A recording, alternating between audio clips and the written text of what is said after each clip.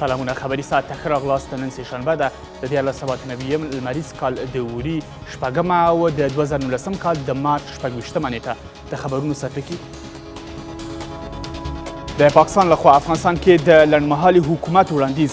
عمران خان وایي افغانستان کې د لنډمهالي حکومت رامنځته کېدل یوه احتمالي حل لار ده. که هر څوک د افغان راتلونکي حکومت په اړه نظریات ورکوي، فکر کومه یوازې غواړي چې ځان مطرح کړي. طالبانو سره د ټولګډونه مرکچي پلاوي په جوړېدو د اروپایي ټولنې ټینګار. موګیریني وایي د دې لپاره چې د سولې خبرې یوې پایلې ته ورسیږي لومړی باید اوربند وشي او یو ټولګډونه مرکچي پلاوي دې جوړ شي. ولسمشرۍ ماڼۍ کې د ناټو هیوادونو د سفیرانو له غونډې د امریکایي استازو وتل. د ارګ غونډه امریکایي استازو هغه وخت پرېښوده چې همدې غونډه کې حمدالله محب ولید. منافع کشور ایجاب میکنه که با دنیا روابطی داشته باشیم و روابطی را متداوم بسازیم.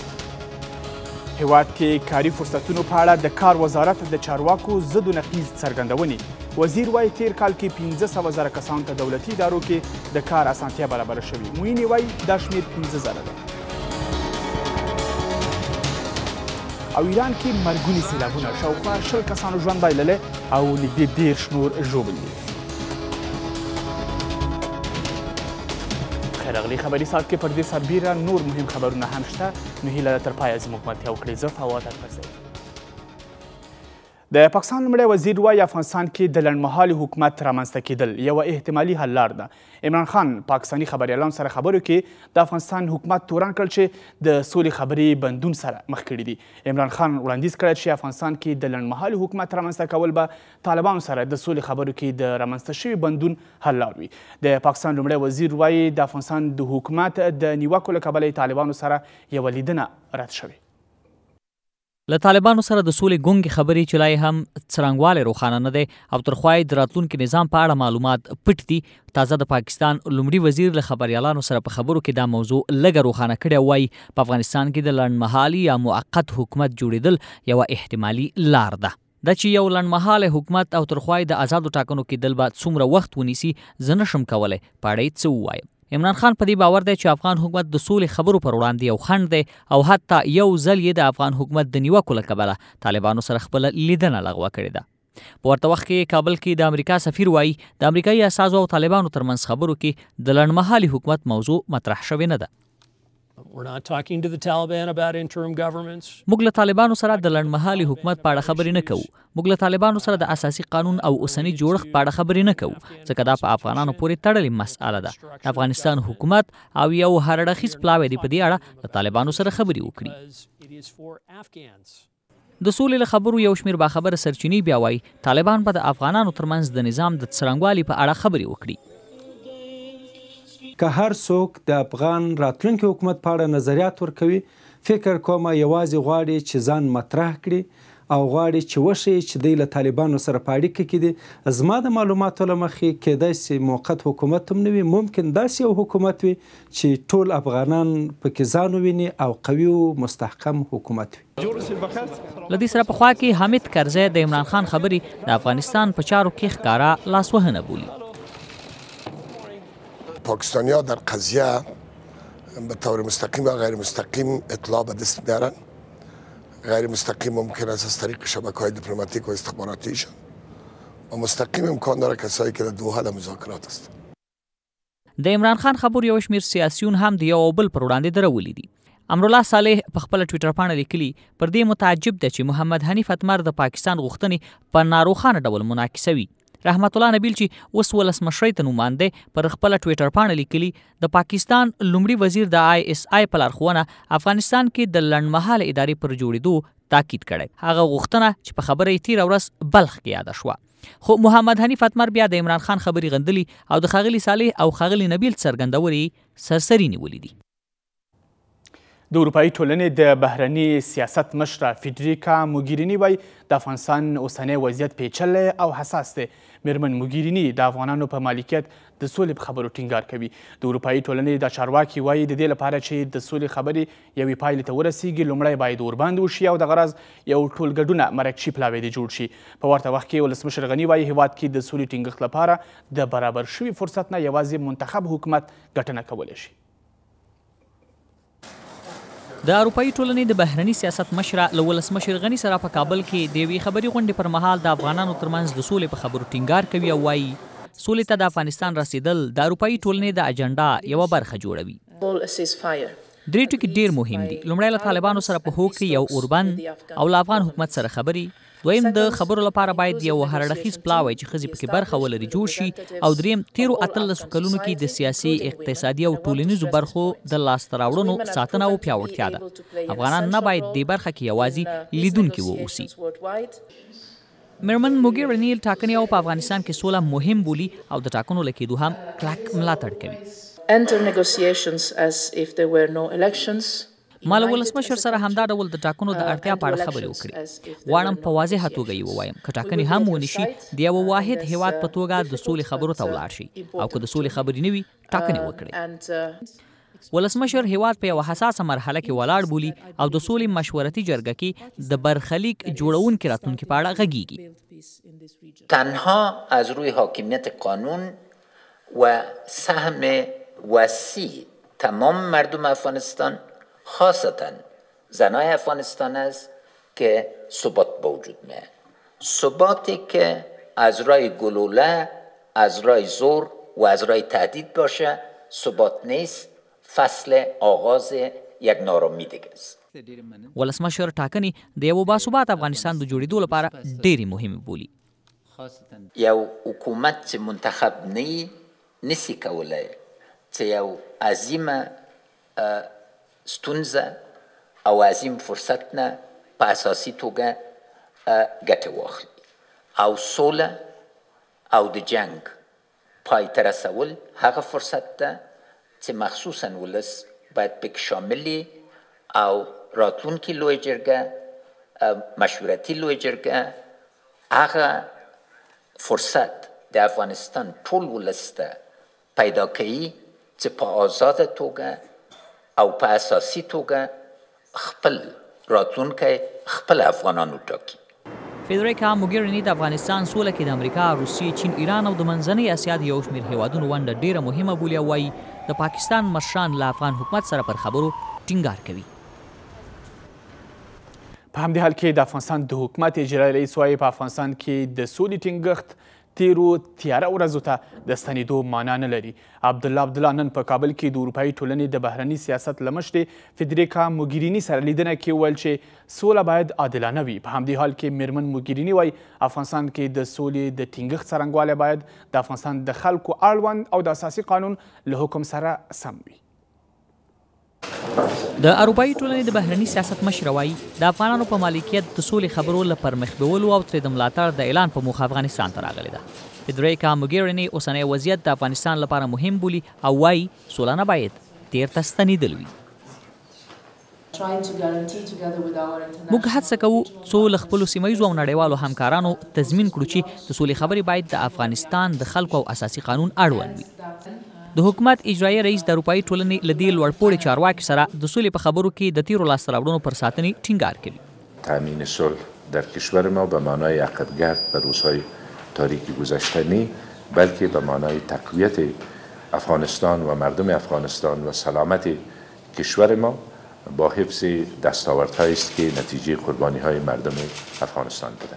د حکومت اجرایي رئیس وایي اروپایي ټولنه کولی شي چې په بیلابیلو وختونو کې د سولې خبرو کې رول ولوبوي. د اروپایي ټولنې د بهرني سیاست مشره له پاکستان وروسته کابل ته راغلي او دلته یې کابل کې له افغان چارواکو سره کتلي دي. ځینې حکومتي سرچینو ټولو نیوز ته وویل د امریکا استازي په ارګ کې د ناټو د غړو هیوادونو د سفیرانو له یوې غونډې هغه وخت ووتل چې همدې غونډه کې د ولسمشر د ملي امنیت سلاکار حمدالله محب ولید. تر دې مخکې د ولسمشر د ملي امنیت سلاکار حمدالله محب د افغان سولې لپاره د امریکا ځانګړي استازي زلمي خلیلزاد باندې تور ولګاوه چې د سولې له هڅو د ځان په ګټه استفاده کوي. د محب له دې څرګندونو وروسته امریکایي چارواکو ویل چې له ښاغلي محب سره راشه درشه نه کوي. په حکومت کې دننه او بهر سرچینې وایي چې د دوشنبې پر ورځ په ارګ ماڼۍ کې د ناټو د غړو هیوادونو د سفیرانو په غونډه کې د امریکا متحدو ایالتونو جګپوړه استازو هغه مهال کاغذونه پر میز کېښودل او له غونډې ووتل چې د ولسمشر د ملي امنیت د سلاکار حمدالله محب حضور ته پام شو. منافع کشور ایجاب میکنه که با دنیا روابطی داشته باشیم و روابطی را متداوم بسازیم یا تداوم روابط را بسیار به یک هنر و به یک سلیقه بسیار ظریفانه دوام بدیم. ارګ د دغه راز غونډې جوړېدل نه تاییدوي، خو کورنۍ او بهرنۍ سرچینې د غونډه او د امریکا متحده ایالتونو د اساسو له لوري د دې غونډې پرېښودل تاییدوي. د ملي امنیت شورا دفتر ویاند وایي چې په دې تړاو معلومات په لاس کې نه لري. متاثر از این هست که رئیس جمهور مصر به این هست که همچنان آقای محب به عنوان مشاور امنیت ملی پابرجا باشه و این خودش میتونه کشیدگی میان حکومت وحدت ملی و شخص رئیس جمهور با ایالات متحده آمریکا را جدی‌تر بسازه. حمدالله محب امریکا متحده ایالتونو ته په خپل روسي سفر کې د افغان سولې لپاره د امریکا ځانګړی استازی زلمی خلیلزاد تورن کړ چې له طالبانو سره په خبرو کې د خپلو ګټو په لټه کې دی او د ښاغلي محب دغو څرګندونو ډېر غبرګون راوپارول. وروسته د امریکا د بهرنیو چارو وزارت ویل چې نور به له ښاغلي محب سره اړیکې ونه لري. کابل کې یو سړي ادعا کړې چې د ولسي جرګې د پخواني غړي ملا ترخیل د ورور موسی ترخیل اړوند بې مسؤله وسلوالو وهلې ډبه ولده. دا سړی وایي د موسی ترخیل اړوند وسلوال د څرخي په بازار کې له هټیوالو باج ټولوي او که څوک پیسې ورنه کړي وهي ډبوي او ان د مرګ ګواښ ورته کوي. بل لور د کابل امنیه قمندانۍ چارواکي وایي د موسی ترخیل د نیونې هڅې روانې دي.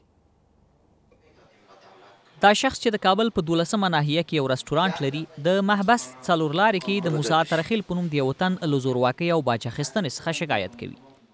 ما عدم توانایی پرداخت از این ظالمانه از اینا رو نداشتم، چون که تمام اجناس قیمتی منزل خودم فروخته بودم بر از نام باج ظالمانهشان داده بودم که از رسانه ها که شنیدم که دیگه این ظلم شما قبول نکنیم، ما هم قبول نکردم دیگه این ظلم. یو شمیر کابل میشتي د زورواکو دا ډول عمل او ترخوای د امنیتي ځواکونو پټ خبرګون د شرم او پوښتنې وړ بولي. که مثلا سرنوزی ها قانون تطبیق نمیکنه یا مثلا زورگویی میکنه، یعنی جنایی هستن، اینا هستن، اینا رو ماش به خاطر چی میته؟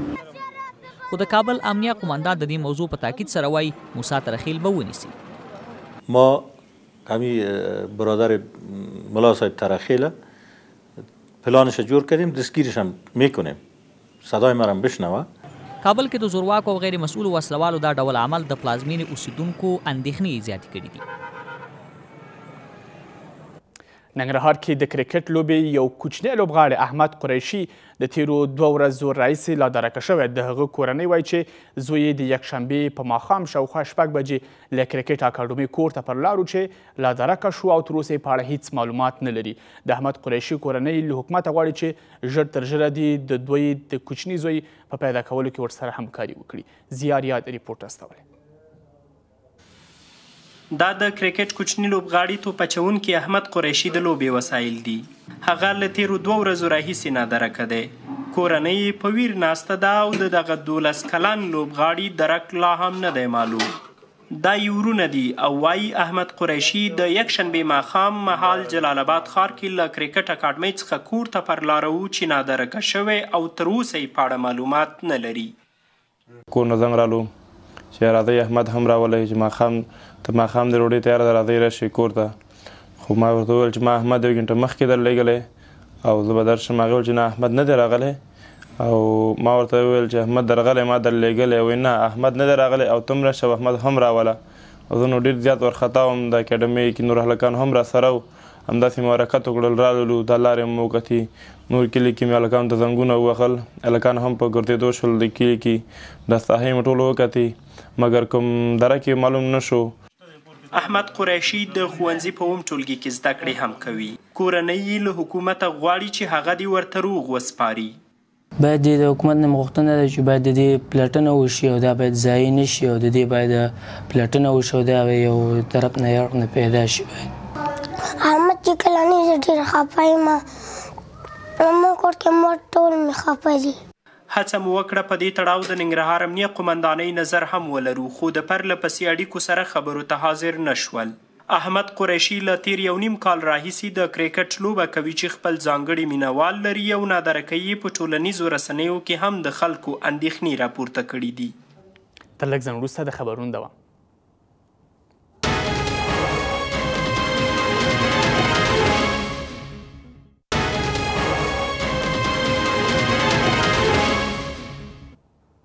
بیا هم ښه راغلاست. هیواد کې د معیاري دیني مدرسو جوړېدو سره ګاونډیو هیوادونو ته د دیني زده کړو لپاره د زده کوونکو د تګ مخنیوی کیږي.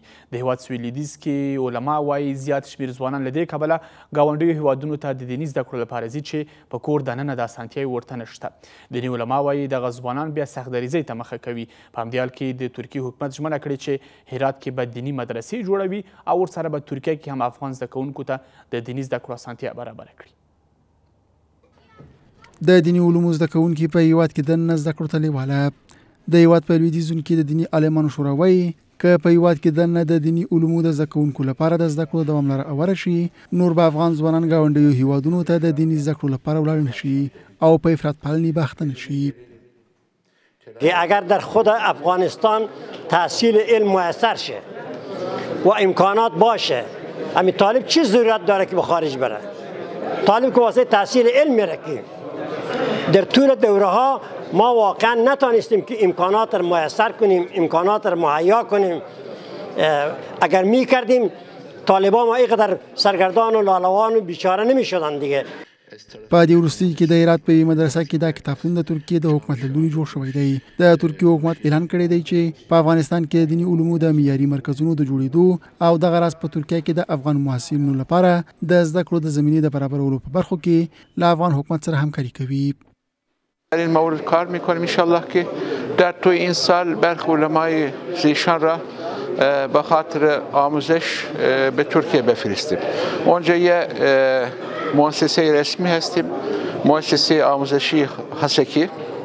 اونجا از هر جای دنیا که علما به ترکیه میان تقریبا یه سال آموزش به پرورش میدن.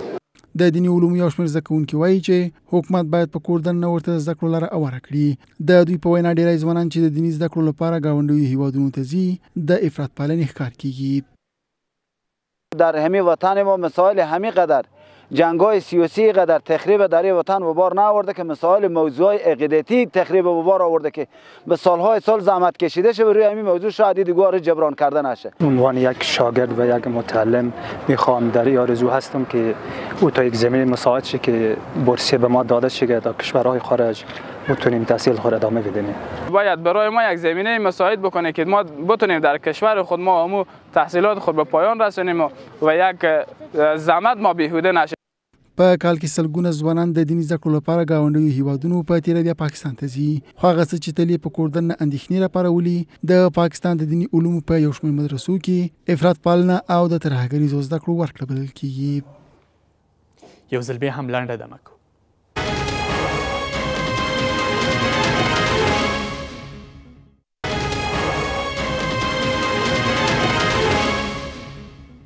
د خبري ساعت دوام په ننګرهار کې د سولې ولسي حرکت 15 اتیا غړو له تیرو 2 ورځو راهیسې د نه خوړو احتساب کړی. د سولې ولسي حرکت وایي چې د نه خوړو د احتساب د ولایتي ادارې د هغه چلند په غبرګون کړی چې د سولې په تړاو د دوی غونډې ته د خلکو د راتګ مخنیوی کړی. ورته مهال یو شمېر ځایي خبریالان هم نیوکه کوي چې د شیرزي لوبغالي دننه د امنیتي ځواکونو له لوري د سولې ولسي حرکت د غونډې پوښښ ته نه دی پرېښودل شوي. بیا هم زیاریات ریپورټ راستولی. د سولې ولسي حرکت د نخ وړو احتساب د دې حرکت غړي وایي له تیرو 2 ورځو راهیسې دغه احتساب له دې کبله 15 اتیا کسانو پیل کړی چې د ننګرهار ولایتي ادارې له لوري د سولې په تړاو د لویې غونډې کمرنګه کېدو هڅې شوي دي. 40 ساعته کېږي چې 15 کسانو د خړولو اعتصاب کړی دی د ولایتي ادارې په وړاندې چې ولایتي اداره به سپیناوی وړاندې کوي وضاحت په وړاندې کوي چې ولې دا کار کړی دی.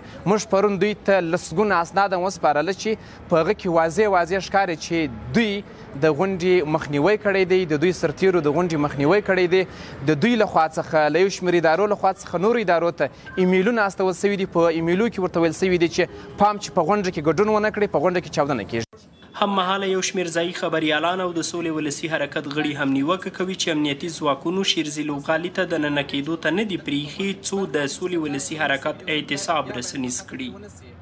د ننګرهار ادارې ځینې استازي تېره شپه هم راغلي او قمندان رئیس امنیت او ځینې نور کسان هغوی وویل چې موږ په دې کې ښکېل نه یو موږ هېڅ یو غلطي نه ده کړې موږ ځینې ثبوتونه هم ورته ورکړه چې په دغو ثبوتونو تاسې دا غونډه اخلال کړې ده. نور خبریالان هم راغلي وو څو د دغې ولسي حرکت غړو چې دوی اعتصاب کړی دی د دوی غږ پورته شي نو موږ تقریبا یو ساعت انتظار وکړو ولته داخل ته پرې نه ښودل شو. خو د ننګرهار والي د سولې ولسي حرکت غړو یادې ادعاوې ردوي. ښار کې موږ څوک په زوره غونډو ته لېږلی نه شو موږ په زوره دوکانونه بندولی نه شو چې تاسې لاړ شئ دا مدني حرکت دی او خلک باید په خپله خوښه راشي. نو د جلال آباد په ښار کې خلک همیشه غونډې زیاتې وي نو د غونډو سره لږه دلچسپي کمه وي لکه د ولسوالیو په تناسب نو چې کله دیو دغه تعداد کم ولیده نو د دیو دا دغه وکړه چې ولې دا خلک تلاشي کېږي نو تلاشي خو باید وشي اما هیڅ امنیتي ارګان د دې ممانعت نه کړی څوک د غونډې ته نه راځي. موږ د سولې طرفدار یو موږ د خلکو د مدني حرکتونو طرفدار یو همیشه د دې حمایت کوو. د سولې ولسي حرکت غړي له تېرې یوې میاشتې راهیسې په ننګرهار کې دي او د وري میاشتې په 4مه نیټه په جلال آباد ښار کې د سولې لویه غونډه لرله. یو ځل بیا هم لنډه دمه ده.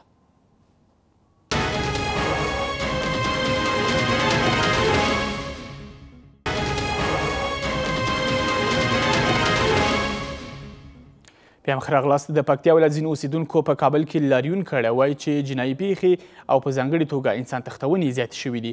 لاریونوالو د کابل ګردیز لاره 2 ساعته تړلې وه او ویلي مسؤل ادارې دې د سمیع الله په نوم د تښتول شوي او وژل شوي ماشوم قاتلان ونیسي. سمیع الله 6 کلن و چې شاوخوا یوه میاشت مخکې کابل کې د احمدشاه بابا مینې نه تښتول شوی او وروسته بیا وژل شوی. دلته په ګردیز ښار کې د 6 کلن سمیع الله کورنۍ د پکتیا ولایت له یو شمېر اوسیدونکو سره یو ځای لاریون وکړ.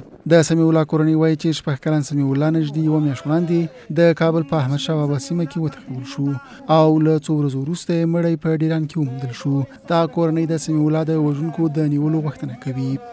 ما ورور 6 کلن و هغه د یغلو طرفه وتښتولی شو بیا یې لول کړو په کونډولا کې خښ کړی و بیا د حکومت نږدې ځواکونو راغله خو ونیولو. اوس د موږ د حکومت نه دا هیله ده چې موږ د دوی اعدام کړي که اعدام یې نه کړل موږ د ارګ په مخه بندوو. پیسو غوښتنه راته کړې ده $10,000 موال ورکړي دي اخر ته بیا ورته ویلي دي چې $10,000 2 لکه افغانۍ واپس راکړئ هغو ته ټیم ورته کړی و هغه هم ورکولې چې د پیسې مو داسې خلک درنه لول کړو. لاریونوال د سمیع الله او محسا قاتلانو ته د اعدام غوښتنه کوي.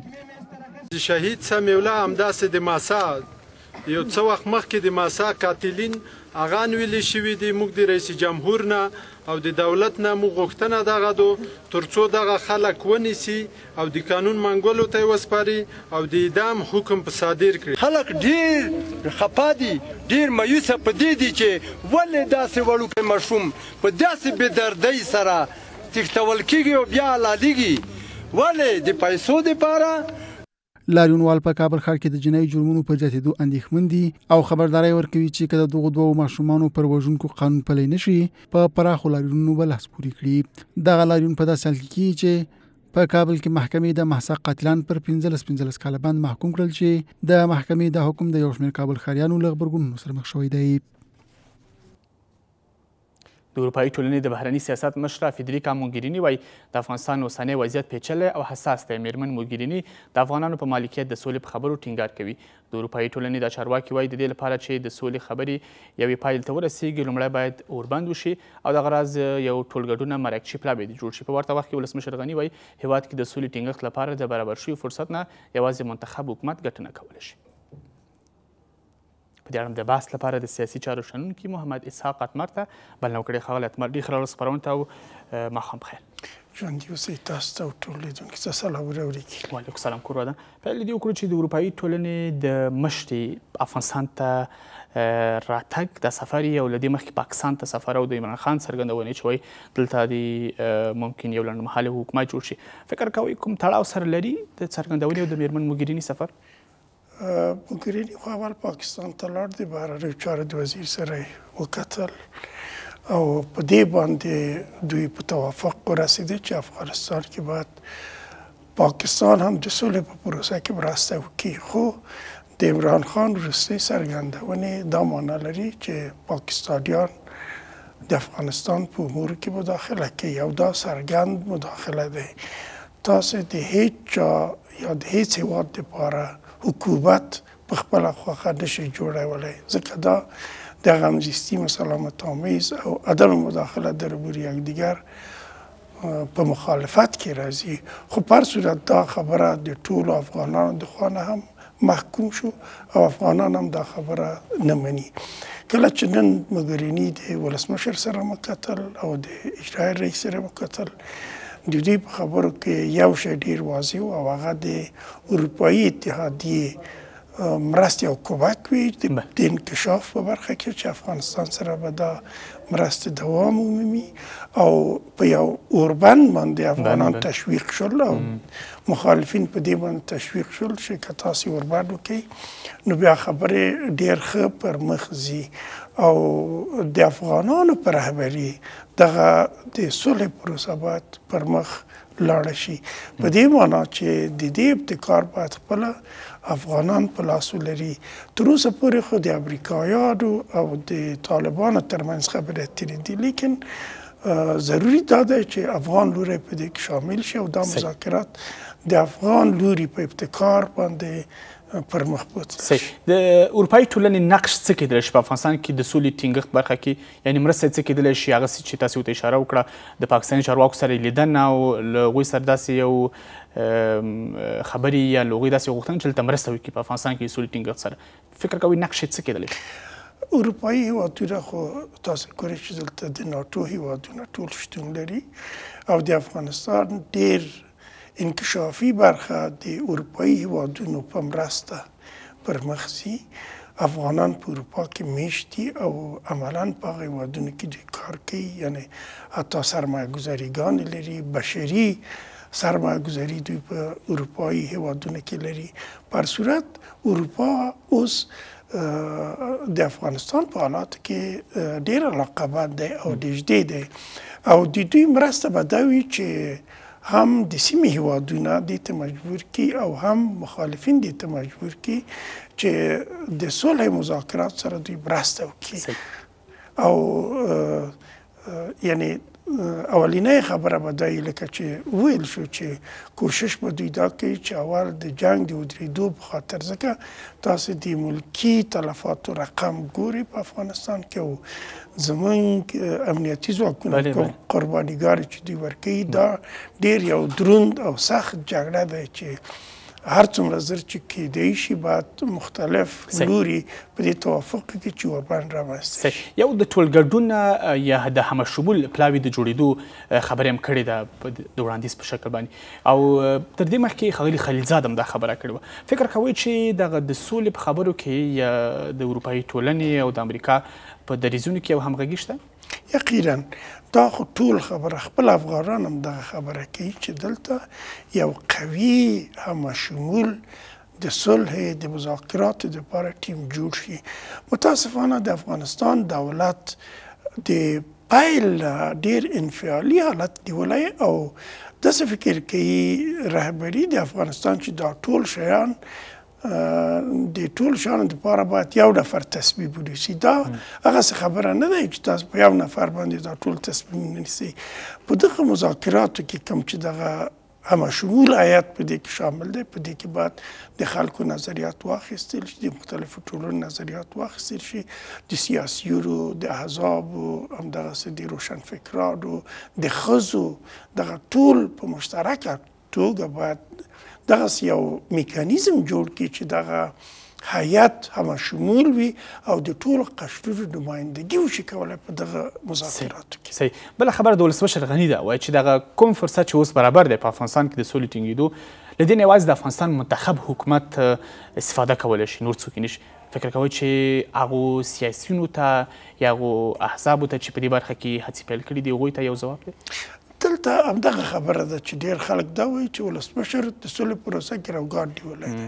د سولې پروسه د دولتي پروسه نه دی، لیکن په دې باندې موږ قانع یو چې دولت د دې پروسې یو جز دی. یعنی دولت هم باید دا تسهیل کړي، هم دولت من حیث د یو طرف د قضیه باید په دې کې مطرح وي.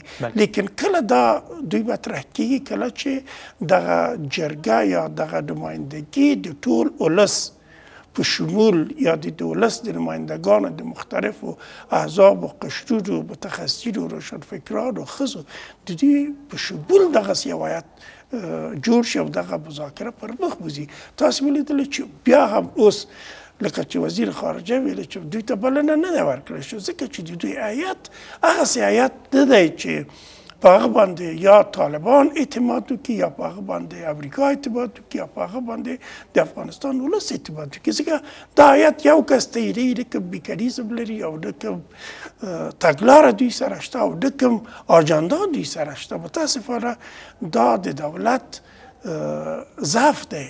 یعنی خپله دولت ځان ګوښه کړی د خلکو نه او یو انفعالي حالت د سولې په پروسه کې ځان ته نیولی دی چې دا هم د افغانستان د ولس دپاره هم د خپله دولت د ګوښه کېدلو دپاره زمینه مساعدوي.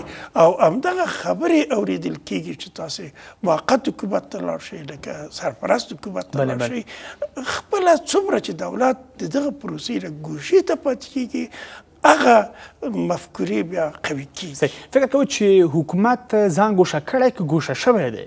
او دا یو خبره ده، بالکل حکومت هم ګوښه شوی دی. لیکن اوس خبره که داسې ونیسو چې امریکایانو خو اوس دا خبره ډېر واضح دی، ګرچې ډېر خلک په دې باندې پوهېده 4 میاشتې 5 میاشتې مخکې چې د امریکا او د اوسني حکومت روابط ډېر خراب دي، تر دې حده پورې چې امریکایانو دوی ته ویلي وو، لیکلي وو چې موږ زیاتي تاسو سره پارتنرشپ نه کوو.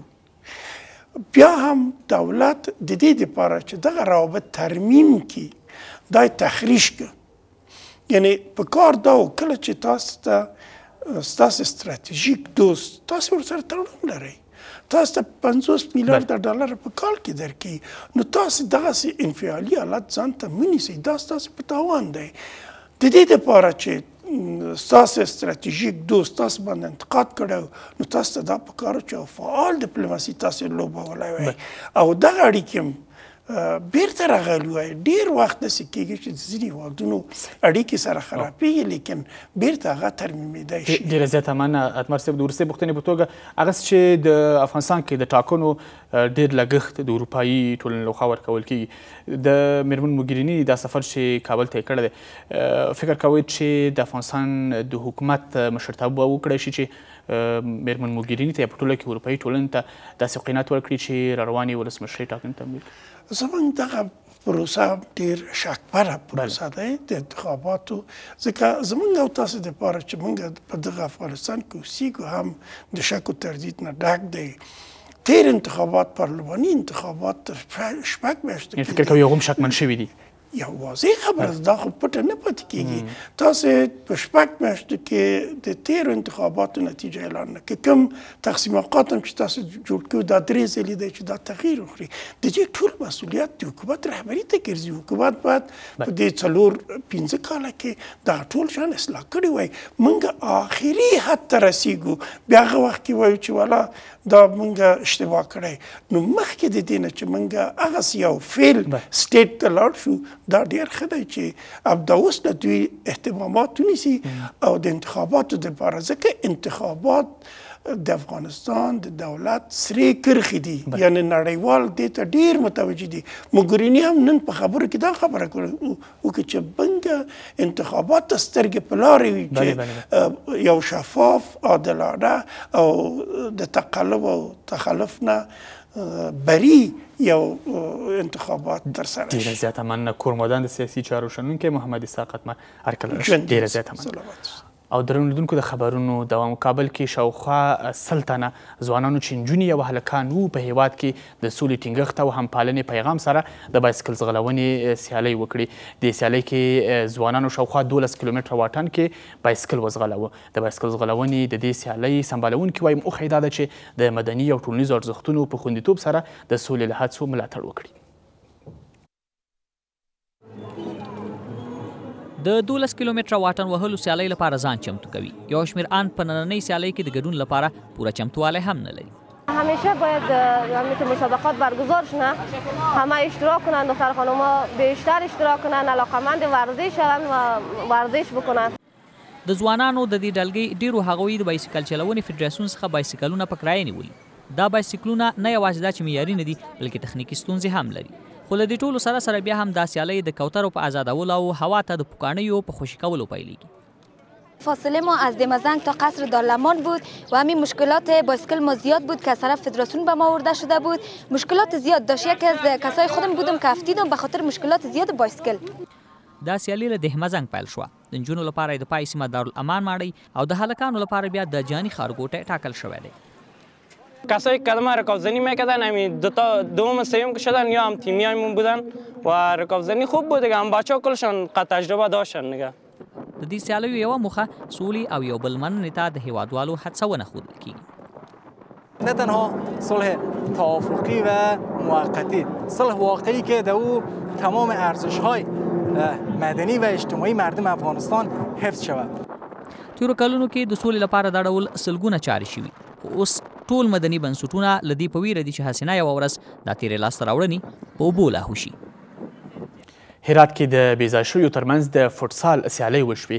دا سیالۍ چې د ټولو ډلو ترمنځ وي موخه یې دا وه چې بېځایه شوي یو له بله سره وپېژني او د بېلابېلو قومونو د خلکو ترمنځ همپالنه وي. دا سیالۍ د شیدایي پانډغالي یا کمپ سیمه کې شوي دي. د هرات شیدایي کمپ د بېځایه شویو اتو لوبډلې سره سیالي کوي. دا ځوانان په لومړي ځل سره د سیالیو کې اشنا شول او هم یې سره سیالي وکړه.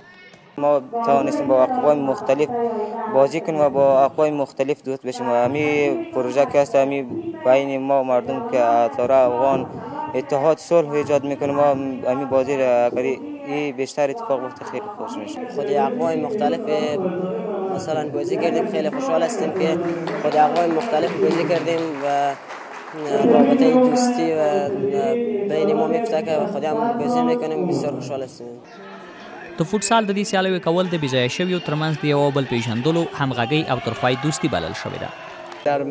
در بازی‌ها گل زدن معیار تنها نبوده. در کنار گل زدن تعداد کارت‌های زردی که گرفته می‌شد، کارت‌های سرخی که می‌گرفتن تیم‌ها بر نتایج تاثیرگذار بود.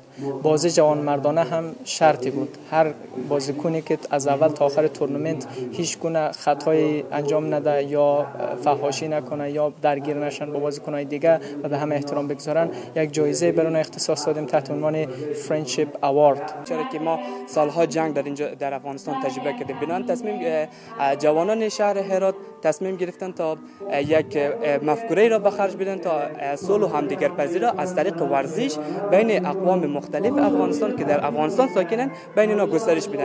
دا سیالۍ د موږ هم لوبې کوو تر نوم لاندې په لار اچول شوي او چمتو کوونکي هڅه کوي چې مېرمنې هم پکې ګډون وکړي.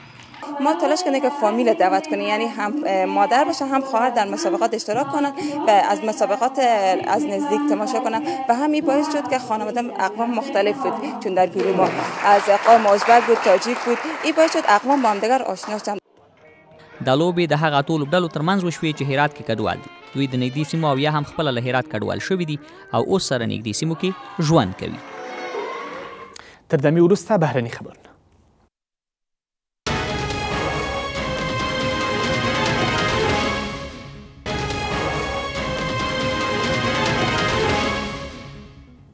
او له نړۍ دا چې د ایران شیراز ښار کې د سختو سیلابونو له کبله 19 تنو ژوند بایللی او 13 تنه نور ژوبل دي. د ایران لویدیځ او سویل لویدیځ کې په وروستیو څو ورځو کې سیلابونه راوتلي. د تېرې یوې اونۍ راهیسې سخت بارانونه شوي او سیلابونه راوتلي چې په پایله کې د دغه هیواد د ځینو وګړو ته مرګ ژوبله اوښتي. د تهران په ګډون له هم ځینو ښارونو کې د سیلابونو د راوتلو ګواښ شته.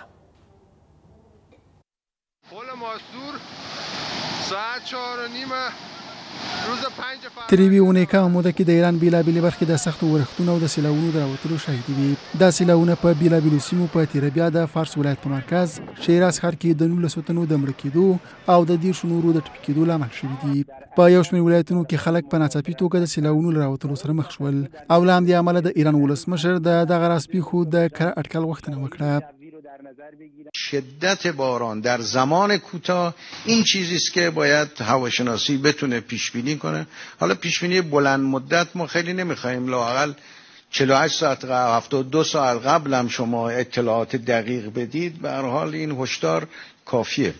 بلخوا تهران، ایلام، خوزستان، چهارمحال، بختیاری، کهګولویه، بویر احمد او لویدیځ آذربایجان په ګډون په یو شمېر نورو ولایتونو کې هم د سیلاوونو د راوتلو احتمال شته. ایراني چارواکي دغه هېواد له خلکو غواړي چې زیانمنونکو سیمو ته د تګ پر مهال د خوندیتوب لپاره تدابیر ولري. توصیه می‌کنیم خدمت همه هموطنان به ویژه افرادی رو که در ایام عید در حال مسافرت هستند برای سفرشون در مسیرهایی رو که ذکر کردیم حتما برنامه‌ریزی رو داشته باشن. د ایران ځینې برخې په داسې حال کې د سیلاوونو د راوتلو شاهد دي چې د زنجان ښار په ګډون د دغه هېواد په ځینو سیمو کې د واورې ورېدل دوام لري. وروسته له هغو چې امریکا پریکړه وکړه د سوریې جولان څوکې د اسرائیلو د یوې سیمې په توګه په رسمیت پیژني، ځینو هیوادونو پر دې پریکړه نیوکې وکړې. سوریه، لبنان او ترکیه هغه هیوادونه دي چې د ټرمپ د پریکړه یې غندلې. روسیې هم خبرداری ورکړه چې د واشنګټن د پریکړه په منځني ختیځ کې د لا کړکېچ پیښېدو لامل کیږي. د امریکا ولسمشر ډانلډ ټرمپ داسې فرمان لاسلیک کړ چې له مخې د جولان څوکې د اسرائیلو د یوې برخې په توګه په رسمیت پیژني.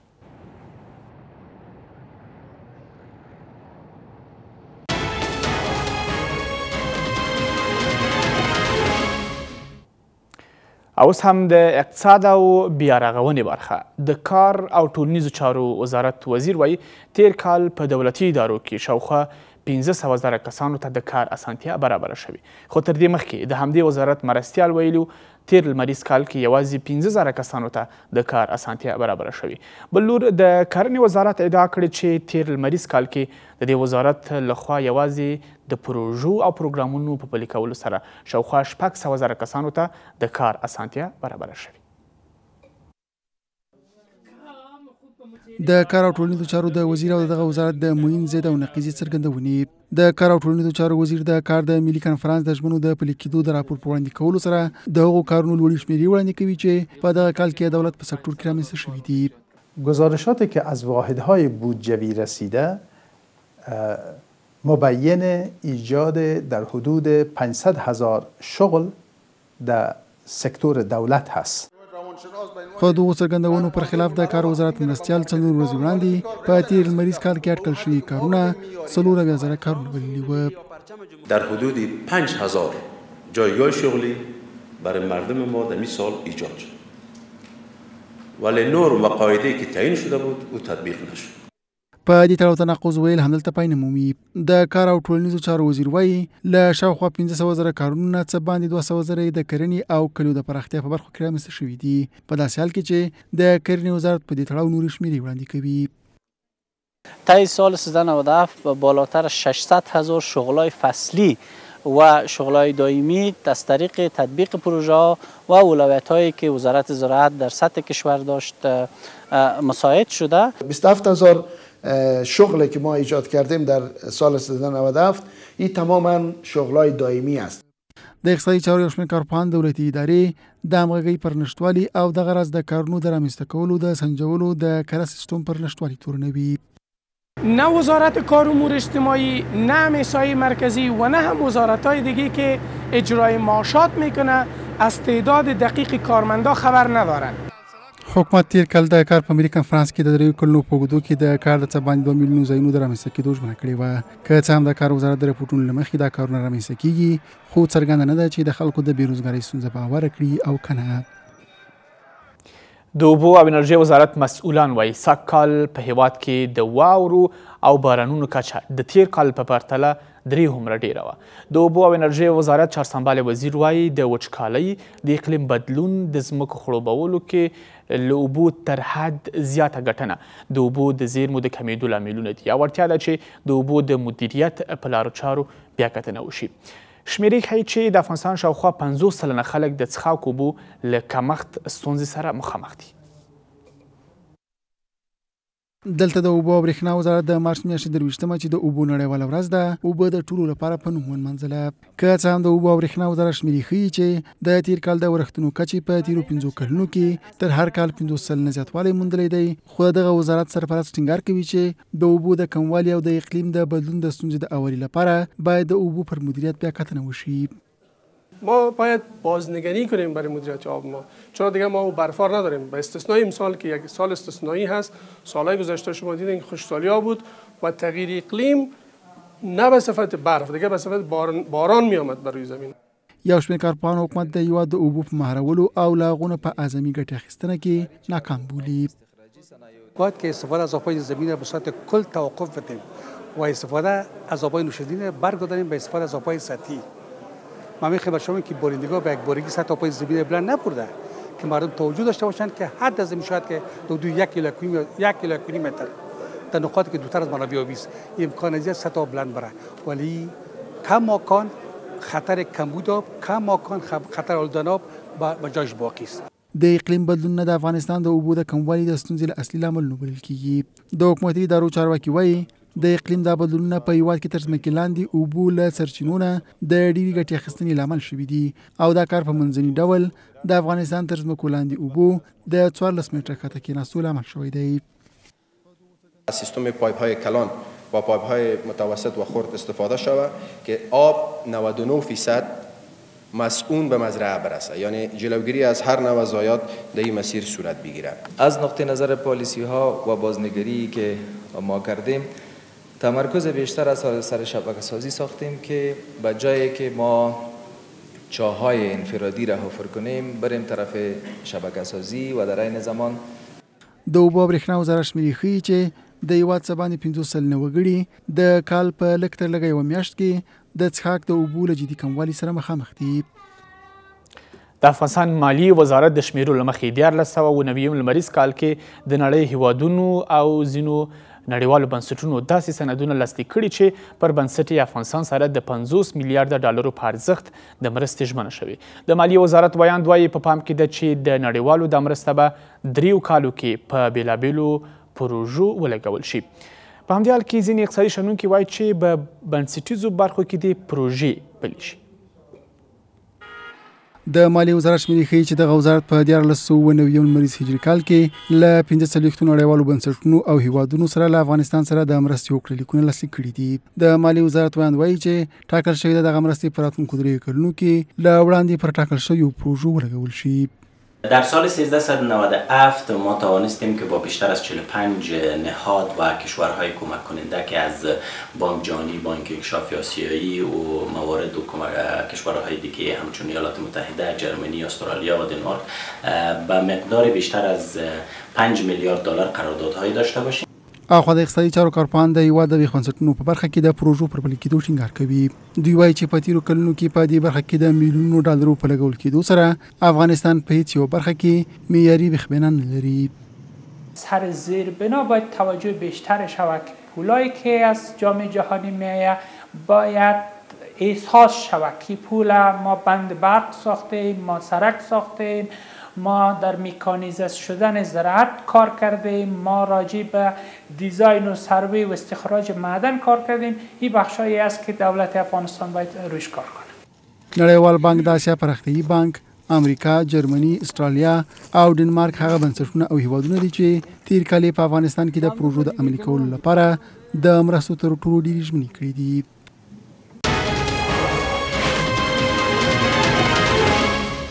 او سم د لوبو برخه د هیواد د 23 کلنو فوټبال لوبډله شاوخوا نیم ساعت وروسته د نیپال د 23 کلنو فوټبال لوبډلې سره سیالۍ ډګر ته وځي. دا سیالۍ په قطر کې د آسیا د 23 کلنو د فوټبال اتلولۍ سیالیو نه وړاندې لوبې دي. تر دې وړاندې افغان د 23 کلنو لوبډلې له قطر او عمان سره 2 سیالۍ کړي دي چې دواړه یې بایللې دي.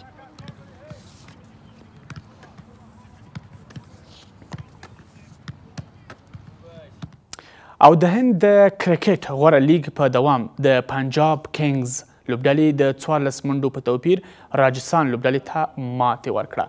د پنجاب کینګز لوبډله کې افغان لوبغاړی مجیب زدران هم لوبېده. د سیالۍ په پای کې د پنجاب لوبډلې لوبغاړی کریس ګیل د سیالۍ غوره لوبغاړی شو.